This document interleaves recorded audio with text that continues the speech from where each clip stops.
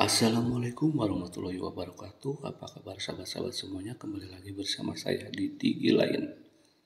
Kali ini saya akan berbagi bagaimana caranya untuk mengecek NIK KTP yang tidak terdaftar.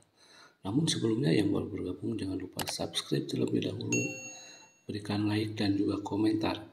Share video ini apabila video ini bermanfaat. Oke, langsung saja untuk pengecekan kali ini saya akan menggunakan aplikasi identitas kependudukan digital untuk mengecek NIK KTP terdaftar atau tidak.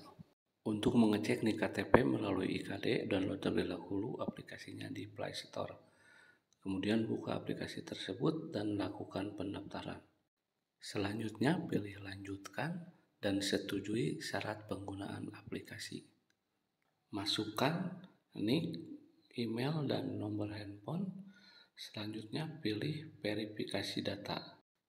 Apabila NIK tidak aktif atau tidak terdaftar, maka NIK tidak akan ditemukan dan muncul merah seperti ini, teman-teman.